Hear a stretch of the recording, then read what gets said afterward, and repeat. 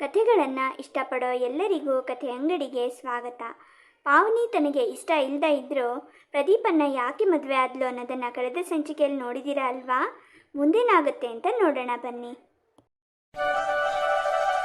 ಅಮ್ಮ ಪಾವನಿ, ನೀನು ಈ ಮನೆ ಮಹಾಲಕ್ಷ್ಮಿ. ಇನ್ಮೇಲೆ ನೀನು ಕೂಡ ನಮ್ಮಲ್ಲೊಬ್ಳು. ಇಲ್ಲಿ ಹೇಗಿರುತ್ತೋ ಏನೋ, ಹೊಂದಿಕೆ ಆಗುತ್ತೋ ಇಲ್ವೋ ಅನ್ನೋ ಯಾವುದೇ ರೀತಿ ಅಂಜಿಕೆ ಬೇಡಮ್ಮ.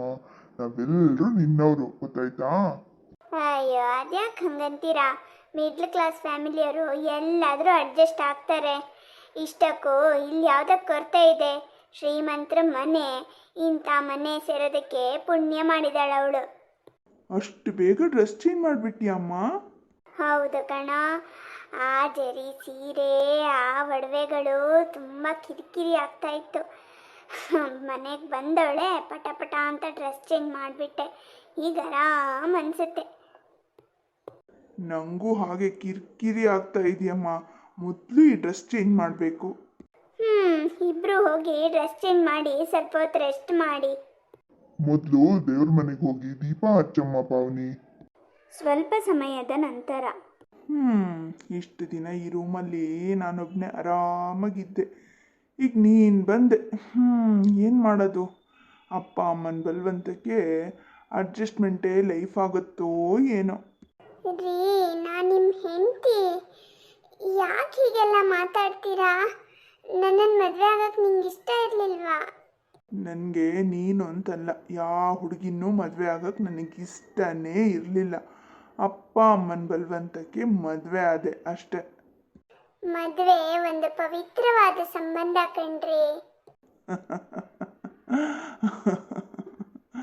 ಪವಿತ್ರ, ಸ್ನೇಹ, ಪ್ರೀತಿ, ಬಾಂಧವ್ಯ, ಖುಷಿ ಇವರೆಲ್ಲರೂ ನನ್ನ ಎಕ್ಸ್ ಫ್ಲವರ್ಸ್ಗಳು, ಗೊತ್ತಾ? ನಾನು ಎಲ್ಲರ ಹಾಗೆ ನೀನು ನನ್ನ ಲವ್ವರ್ ಅಂತ ಹೇಳೋದೇ ಇಲ್ಲ. ಯಾವ ಹುಡುಗಿಗೂ ಹಾಗೆ ಹೇಳಿಲ್ಲ. ನೀನು ನನ್ನ ಫ್ಲವರ್, ನಾನು ನಿನ್ನ ಫಾಲೋವರ್ ಅಂತ ಹೇಳೋದು.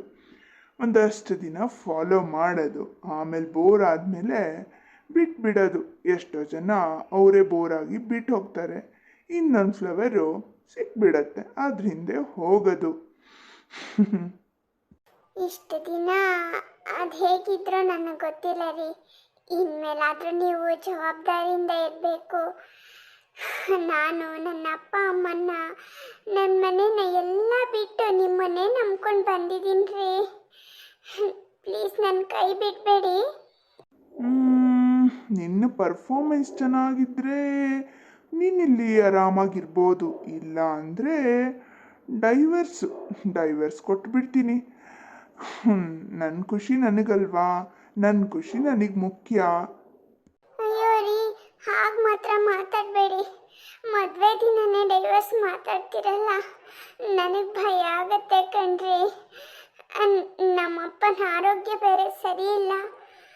ಅದಕ್ಕಾಗಿ ನಾನು ಮದುವೆಗೆ ಒಪ್ಕೊಂಡಿದ್ದೆ. ಮದುವೆ ಆದಮೇಲೆ ನಾನಿಲ್ಲೇ ಇರಬೇಕು ಕಣ್ರಿ. ಪ್ಲೀಸ್ ರೀ, ಹಾಗೆಲ್ಲ ಮಾತಾಡಬೇಡಿ. ನಾನು ಡೈವರ್ಸ್ ಬಗ್ಗೆ ಮಾತಾಡಬಾರ್ದು ಅಂತೆಲ್ಲ ಇದ್ದರೆ ನೀನು ನನ್ನನ್ನು ಸಹಿಸ್ಕೊಳ್ಳೇಬೇಕು. ಈಗ ನಾನು ಇಲ್ಲಿಂದ ಹೋಗಿ ನನ್ನ ಫ್ರೆಂಡ್ ಗ್ರೂಪನ್ನು ಸೇರ್ಕೋತಾ ಇದ್ದೀನಿ. ಅಲ್ಲಿ ನಾವು ಪಾರ್ಟಿ, ಮೋಜು, ಮಸ್ತಿ ಎಲ್ಲ ಮಾಡ್ತೀವಿ. ಈ ವಿಷಯನ ನೀನು ಅಪ್ಪ ಅಮ್ಮಂಗೆ ಗೊತ್ತಾಗದೇ ಇರೋ ಹಾಗೆ ನೋಡ್ಕೋಬೇಕು. ಹಾಗಿದ್ರೆ ನೀನಿಲ್ಲಿ ಆರಾಮಾಗಿರ್ತೀಯ. ಮೊದಲು ಆ ರೀ ಅನ್ನೋದನ್ನು ಬಿಟ್ಟುಬಿಡು, ನಾರ್ಮಲಾಗಿ ಮಾತಾಡು. ನನಗೆ ಪ್ರದೀಪ್ ಅಂತ ಹೆಸರಿದೆ, ಪ್ರದೀಪ್ ಅಂತಲೇ ಕರಿ. ಮತ್ತು ಆ ರೆಸ್ಪೆಕ್ಟ್ ಎಲ್ಲ ನನಗೆ ಬೇಡ, ನಾರ್ಮಲಾಗಿ ಮಾತಾಡು. ಇವತ್ತೇ ಫ್ರೆಂಡ್ಸ್ ಜೊತೆಗೆ ಹೋಗ್ಬೇಕಾ ಅಂದರೆ ಇವತ್ತು ನಾನು ಇಲ್ಲಿದ್ದರೆ ಅವ್ರು ನನ್ನನ್ನು ಆಡ್ಕೋತಾರೆ, ಅಮ್ಮೋರ ಗಂಡ ಅಂತ. ನಾನು ಯಾವತ್ತಿದ್ರೂ ಸಿಂಹ ಕಣೆ, ಸಿಂಹ. ಅದನ್ನು ನನ್ನ ಫ್ರೆಂಡ್ಸ್ಗೆ ಅರ್ಥ ಮಾಡಿಸ್ಬೇಕು. ಅದಕ್ಕೆ ಇವತ್ತೇ ಹೋಗ್ತಾ ಇದ್ದೀನಿ. ನೀನಿಲ್ಲಿ ಆರಾಮಾಗಿ ನಿದ್ರೆ ಮಾಡು, ಎಂಜಾಯ್ ಮಾಡು, ಆಯಿತಾ? ಬಾಯ್. ಹೊರಟೇ ಬಿಟ್ರಾ? ಹೋಗ್ತಾ ಇದ್ದೀನಿ. ಬಾಯ್, ಆರಾಮಾಗಿ ಮಲ್ಕೋ, ಆಯಿತಾ? ಆದರೆ ನಾನು ಇಲ್ಲಿಂದ ಎಸ್ಕೇಪ್ ಆಗಿರೋ ವಿಷಯ ಅಪ್ಪ ಅಮ್ಮಂಗೆ ಗೊತ್ತಾದರೆ ಗೊತ್ತಿದೆಯಲ್ಲ, ಡೈವರ್ಸು. ನನ್ನ ಅಪ್ಪ ಅಮ್ಮ ತಾವು ಋಣಮುಕ್ತರಾಗಬೇಕು ಅಂತ ನನ್ನನ್ನು ಮದುವೆ ಮಾಡಿ ಇಲ್ಲಿ ಕಳಿಸಿದ್ರು. ಅವರೇನೋ ಋಣಮುಕ್ತರಾದ್ರು, ಈಗ ನಾನು ಜೀವನ ಪರ್ಯಂತ ಇದೇ ನೋವನ್ನು ಅನುಭವಿಸ್ಬೇಕೋ ಏನೋ. ಇರಲಿ, ಪರವಾಗಿಲ್ಲ, ನನಗೆಷ್ಟೇ ನೋವಾದರೂ ಸಹಿಸ್ಕೋತೀನಿ. ನಮ್ಮ ಅಪ್ಪ ಅಮ್ಮ ಖುಷಿಯಾಗಿದ್ರೆ ಅಷ್ಟೇ ಸಾಕು. ನಾನು ಕೂಡ ಅವ್ರ ಋಣದಲ್ಲಿದ್ದೀನಲ್ವಾ. ಹೇಳ್ತಾರಲ್ವಾ, ಪ್ರಪಂಚದಲ್ಲಿ ಅಪ್ಪ ಅಮ್ಮನ ಋಣನ ಯಾರೂ ತೀರ್ಸೋಕ್ಕಾಗಲ್ಲ ಅಂತ. ಆ ದೇವರು ನನಗೆ ಆ ಋಣ ತೀರ್ಸೋ ಅವಕಾಶ ಕೊಟ್ಟಿದ್ದಾನೆ ಅಂತ ಅನ್ಕೋತೀನಿ. ನನ್ನ ಈ ವಿಚಾರಗಳನ್ನ ಇವ್ರ ಅಪ್ಪ ಅಮ್ಮಂಗಾಗಲಿ ನನ್ನ ಅಪ್ಪ ಅಮ್ಮಂಗಾಗಲಿ ಗೊತ್ತಾಗೋ ಹಾಗೆ ನೋಡ್ಕೋಬೇಕು. ಇಲ್ಲಾಂದರೆ ಇಬ್ಬರು ಅಪ್ಪ ಅಮ್ಮಂದರು ನೊಂದ್ಕೋತಾರೆ. ನೋವೆಲ್ಲ ನನಗೇ ಇರಲಿ. ಪಾವನಿ ತನ್ನ ದುಃಖನೆಲ್ಲ ಮನಸ್ಸಲ್ಲೇ ಬಚ್ಚಿಟ್ಕೊಂಡು ನಗ್ನಗ್ತಾನೆ ಮನೆ ತುಂಬ ಓಡಾಡ್ಕೊಂಡಿರ್ತಾಳೆ. ನೋಡಿ ಸರೋಜಾ, ನಮ್ಮ ಮಗ ಮದುವೆ ಆದ್ಮೇಲಾದ್ರೂ ಸರಿ ಹೋಗ್ತಾನೆ, ಜವಾಬ್ದಾರಿಯಿಂದ ಇರ್ತಾನೆ ಅಂತ ನನ್ನ ಫ್ರೆಂಡ್ ಶೇಷಾದ್ರಿನ ಕಾಡಿ ಬೇಡಿ ಅವನ ಮಗಳನ್ನ ಸೊಸೆಯನ್ನಾಗಿ ಮಾಡ್ಕೊಂಡ್ವಿ. ಆದ್ರೆ ಇವನು ಒಂಚೂರು ಬುದ್ಧಿ ಕಲೀಲೇ ಇಲ್ವಲ್ಲೇ. ನಮ್ಗೆ ಯಾರಿಗೂ ಗೊತ್ತಾಗದೇ ಇರೋ ಹಾಗೆ ತನ್ನ ಕಾರ್ಬಾರನ್ನ ನಡೆಸ್ತಾ ಇದ್ದಾನೆ. ಅಯ್ಯೋ ಹೌದೇನ್ರಿ, ಈಗಲೂ ಅವನು ಹಳೆ ಚಾಳಿ ಮುಂದುವರ್ಸ್ಕೊಂಡು ಹೋಗಿದಾನ. ಆ ಪಾವನಿಗೆ ಒಂಚೂರು ಬುದ್ಧಿ ಬೇಡವಾ? ಗಂಡನ್ನ ಕಂಟ್ರೋಲಲ್ಲಿ ಇಟ್ಕೊಳಕ್ಕಾಗಲ್ವಾ ಅವಳಿಗೆ? ಅವಳಾದ್ರೂ ಏನ್ ಮಾಡ್ತಾಳೆ ಹೇಳು? ಅಪ್ಪ ಅಮ್ಮನ ಬಲವಂತಕ್ಕೆ ಇವನನ್ನ ಮದ್ವೆ ಆಗೋಕೆ ಒಪ್ಕೊಂಡಿದ್ದಾಳೆ. ಇಲ್ಲಿ ಈ ತರ ಈಗ ವಾಪಸ್ ಅವಳಿಗೆ ತವ್ರ ಮನೆಗೆ ಹೋಗಕ್ಕೂ ಆಗಲ್ಲ, ಇಲ್ಲಿರಕ್ಕೂ ಆಗಲ್ಲ ಅನ್ನೋ ಪರಿಸ್ಥಿತಿ. ಹಾಗಾಗಿ ಸುಮ್ಮನೆ ಇದ್ದಾಳೆ. ಮೇಲ್ನೋಟಕ್ಕೆ ಪಾಪ ಆ ಮಗು ಸುಮ್ಮನೆ ನಗ್ನಗ್ತಾ ಇರೋ ಹಾಗೆ ನಟನೆ ಮಾಡ್ತಾ ಇದೆ. ಇದಿಷ್ಟೇ ಅಲ್ಲ ಕಣೆ ಸರೋಜಾ, ನಮ್ಮ ಕಂಪನಿ ದಿನದಿಂದ ದಿನಕ್ಕೆ ದಿವಾಳಿ ಆಗ್ತಾ ಇದೆ ಕಣೆ. ನಮ್ಮ ಪ್ರದೀಪ ಆಫೀಸಿಗೆ ಬರಲ್ಲ ಅಂತಾನೆ. ನಾನಾದ್ರೂ ಎಷ್ಟು ಅಂತ ನೋಡ್ಕೊಳ್ಳಿ ಹೇಳು? ನನಗೂ ವಯಸ್ಸಾಗಿಲ್ವಾ? ಅಯ್ಯೋ, ಮುಂದೆ ಏನೇನೆಲ್ಲ ಅನುಭವಿಸ್ಬೇಕೋ ಏನೋ. ರೀ, ಇದನ್ನೆಲ್ಲ ಸರಿ ಮಾಡಬೇಕಾಗಿರೋ ಜವಾಬ್ದಾರಿ ಪಾವನಿದು. ನಾನು ಅವಳಿಗೆ ಬುದ್ಧಿವಾದ ಹೇಳ್ತೀನಿ. ನಮ್ಮ ಪ್ರದೀಪನ್ನ ಅವಳು ತನ್ನ ಮುಷ್ಟಿಲಿ ಇಟ್ಕೊಳ್ಳೋ ಹಾಗೆ ನಾನು ಅವಳಿಗೆ ಹೇಳ್ಕೊಡ್ತೀನಿ. ನೀವು ಎದುರಿಗಿರ್ಬೇಡಿ, ನೀವು ಹೊರಗಡೆ ಎಲ್ಲಾದರೂ ಹೋಗಿ. ನಾನು ಅವಳ ಹತ್ರ ಪ್ರೈವೇಟಾಗಿ ಮಾತಾಡಬೇಕು. ತುಂಬಾ ಚೆನ್ನಾಗಿ ಹೇಳ್ತಿದ್ಯಾ ಸರೋಜಾ. ಇಷ್ಟು ದಿನ ನಿನ್ ಮಗನ್ನ ನಿನ್ ಕೈಲಿ ಕಂಟ್ರೋಲ್ ಮಾಡಕ್ಕಾಗಿಲ್ಲ, ಈಗ ನೀನ್ ಸೊಸೆಗೆ ಬುದ್ಧಿವಾದ ಹೇಳಿ ಅವಳು ನಿನ್ ಮಗನ್ನ ಕಂಟ್ರೋಲಿಗೆ ತರದ. ತಾಯಿ ಮಾಡೋಕ್ಕಾಗದೇ ಇರೋದನ್ನ ಹೆಂಡತಿ ಮಾಡ್ತಾಳೆ ಕಣ್ರಿ. ಇದೆಲ್ಲ ನಿಮಗೆ ಅರ್ಥ ಆಗಲ್ಲ. ಸುಮ್ಮನೆ ನೀವು ಹೊರಗೋಗಿ ಏನಾದರೂ ಕೆಲಸ ಇದೆಯಾ ನೋಡ್ಕೊಳ್ಳಿ, ನಾನು ಅವಳ ಹತ್ರ ಮಾತಾಡ್ತೀನಿ. ಸರಿ ಕಣೆ, ಅದೇನು ಅಂತ ಮಾಡು. ಒಟ್ನಲ್ಲಿ ನಮ್ಮನೆ ಮೊದಲ ಹಾಗೆ ಚೆನ್ನಾಗಿ ಆಗ್ಬೇಕು ಅಷ್ಟೇ. ಪಾವನಿ, ಇಲ್ಲಿ ಸ್ವಲ್ಪ ಬರ್ತೀಯಾ? ಪಾವನಿ, ನಿನ್ನನ್ನೇ ಕರೆದಿದ್ದು, ಬಾರೆ.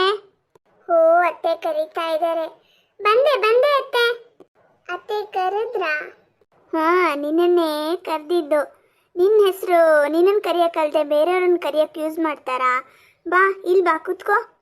ಹೆದರ್ಕೋಬೇಡ ಪಾವನಿ, ಕೂತ್ಕೋ. ನೋಡು ಪಾವನಿ, ನಮ್ಮನೆ ಬಗ್ಗೆ ಹೆಚ್ಚಿಗೆ ಏನು ಹೇಳಬೇಕಾಗಿಲ್ಲ. ನೀನೇ ನೋಡ್ತಾ ಇದೀಯಲ್ಲ, ಇಂಥ ಸುಖದ ಸುಪ್ಪತ್ತಿಗೆ ಬೆಳೆದ ನನ್ನ ಮಗ ಸ್ವಲ್ಪ ದಾರಿ ತಪ್ಪಿದಾನೆ. ಅವನನ್ನ ಸರಿ ದಾರಿಗೆ ತರೋ ಜವಾಬ್ದಾರಿ ನಿಂದು. ಅತ್ತೆ, ಅವ್ರಿಗಿಷ್ಟ ಇಲ್ಲದೆ ನಿಮ್ಗಳ ಬಲವಂತಕ್ಕೆ ನನ್ನನ್ನು ಮದುವೆ ಆಗಿದ್ದಾರೆ. ಈಗ ನಾನಾದರೂ ಏನು ಮಾಡಲಿ ಅತ್ತೆ? ಏನು ಮಾಡಲಿ ಅಂತ ನನ್ನನ್ನು ಕೇಳೋದಲ್ಲ, ನಿನ್ನನ್ನೇ ನೀನು ಕೇಳ್ಕೊ. ಈಗಿನ ಕಾಲದ ಹುಡುಗಿಯರು ಮಾಡ್ರನ್ ಆಗಿ ಹೇಗಿರ್ತಾರೆ ಅಂತ ಗೊತ್ತಿದೆ ನಿನಗೆ.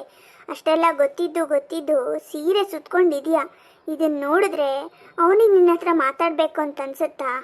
ನಾನು ನಿನಗೋಸ್ಕರ ಒಂದಷ್ಟು ಮಾಡ್ರನ್ ಡ್ರೆಸ್ಗಳನ್ನ ತಂದಿದ್ದೀನಿ, ಅದನ್ನೇ ಹಾಕೋಬೇಕು. ಮತ್ತೆ ಸ್ವಲ್ಪ ನಗ್ನಗ್ತಾ ಇರಬಾರ್ದಾ? ಅದೇನೋ ಆಕಾಶ ತಲೆ ಮೇಲೇನೇ ಕಳಚಿ ಬಿದ್ದೋರ ಥರ ಆಡ್ತೀಯಲ್ಲ, ಸ್ವಲ್ಪ ನಗ್ನಗ್ತಾ ಇರು. ಖುಷಿಯಾಗಿದ್ದರೆ ಅವನಿಗೂ ನಿನ್ನ ಹತ್ರ ಮಾತಾಡಬೇಕು ಅಂತ ಅನಿಸುತ್ತೆ. ನೋಡು ಪಾವನಿ, ಅವನನ್ನು ಸರಿ ದಾರಿಗೆ ತರೋ ಜವಾಬ್ದಾರಿ ನಿಂದು. ಅದೇನು ಮಾಡ್ತೀಯೋ ಹೇಗೆ ಮಾಡ್ತೀಯೋ ಗೊತ್ತಿಲ್ಲ, ನನಗೆ ಗೊತ್ತಿರೋದನ್ನು ನಿನಗೆ ಹೇಳ್ಕೊಟ್ಟಿದ್ದೀನಿ. ಅದನ್ನೆಲ್ಲ ಫಾಲೋ ಮಾಡು. ಗೂಗಲಲ್ಲೋ ಅದರಲ್ಲೋ ಇದರಲ್ಲೋ ಸರ್ಚ್ ಮಾಡಿ ಏನು ವಿಷಯ ಬೇಕೋ ತಿಳ್ಕೊ ಮಾಡು. ಅವನನ್ನು ಸರಿ ದಾರಿಗೆ ತಂದರೆ ನೀನು ಇಲ್ಲಿರ್ತೀಯ, ಇಲ್ಲ ಅಂದರೆ ವಾಪಸ್ ನಿಮ್ಮ ಅಪ್ಪನ ಮನೆಗೆ. ಅಯ್ಯೋ ಅತ್ತೆ, ಹಾಗೆಲ್ಲ ಹೇಳಬೇಡಿ. ಖಂಡಿತ ನಾನು ಪ್ರಯತ್ನ ಮಾಡ್ತೀನಿ. ಅವನೇನಾದರೂ ಬದಲಾಗಿ ಒಳ್ಳೆಯವನಾದರೆ, ಈ ಮನೆನ ಚೆನ್ನಾಗಿ ನಡೆಸ್ಕೊಂಡು ಹೋದರೆ ಇದಕ್ಕೆಲ್ಲ ನಿನ್ನ ಕಾಲ್ಗುಣ ಕಾರಣ ಅಂತ ಹೇಳ್ತಾರೆ. ಅಲ್ವಾ? ಅದಕ್ಕಾಗಿ ನೀನು ಶ್ರಮ ಪಟ್ಟು ಕೆಲಸ ಮಾಡಬೇಕು. Okay, all the best. ಸರಿ ಅತ್ತೆ. ಆ ಕಡೆ ಎಲ್ಲಿಗೆ ಹೋಗ್ತಾ ಇದೀಯಾ? ಅಲ್ಲ, ಇವ್ರಿಗೆ ಇಷ್ಟ ಆಗಿರೋ ಅಡುಗೆ ಏನಾದರೂ ಮಾಡೋಣ ಅಂತ. ಅಡುಗೆ ಮಾಡೋದಕ್ಕೆ ಅಡುಗೆಯವರಿದ್ದಾರೆ. ನೀನು ನನ್ನ ಮಗನ ಸರಿ ದಾರಿಗೆ ತರೋ ಕಡೆ ಗಮನ ಕೊಡು. ಹೋಗು. ಹೆಂಗೆ ನಾನು ನನ್ನ ಜವಾಬ್ದಾರಿ ಕಳೀತು. ಎಲ್ಲದನ್ನು ಇವಳು ತಲೆ ಮೇಲೆ ಹಾಕಿದ್ದೀನಿ. ಇನ್ನು ಇವಳುಂಟು, ಇವಳು ಸಂಸಾರ ಉಂಟು. ಸಂಸಾರ ಸರಿ ಹೋಗಬೇಕು, ಗಂಡ ಸರಿ ಆಗಬೇಕು ಅಂತಿದ್ರೆ ಅವಳು ಕೆಲಸ ಮಾಡಬೇಕು. ನನ್ನ ಸುದ್ದಿಗೇನಾದರೂ ಬಂದರೆ ನಿನ್ನ ಕಾಲ್ಗುಣನೇ ಇದಕ್ಕೆಲ್ಲ ಕಾರಣ ಅಂತ ತಿಪ್ಪೆ ಸಾರಿಸಿ ನಾನಂತೂ ಆರಾಮಾಗಿರ್ತೀನಿ. ಮುಂದೆ ಪಾವನಿ ಸಂಸಾರದಲ್ಲಿ ಏನೇನಾಗುತ್ತೆ ಅನ್ನೋದನ್ನು ಮುಂದಿನ ಭಾಗದಲ್ಲಿ ನೋಡೋಣ. ಈ ಕಥೆ ನಿಮಗೆ ಸ್ವಲ್ಪನಾದರೂ ಇಷ್ಟ ಆದರೆ ಗೊತ್ತಲ್ವಾ? ಹೆಬ್ಬೆರಳೆತ್ತಿ ಲೈಕ್ ಒತ್ತಿ, ನಿಮ್ಮ ಬಂಧು ಬಳಗದವ್ರ ಜೊತೆ ಶೇರ್ ಮಾಡಿಕೊಂಡು ಅವರು ಕಥೆ ಅಂಗಡಿಗೆ ಕರ್ಕೊಂಡು ಬನ್ನಿ.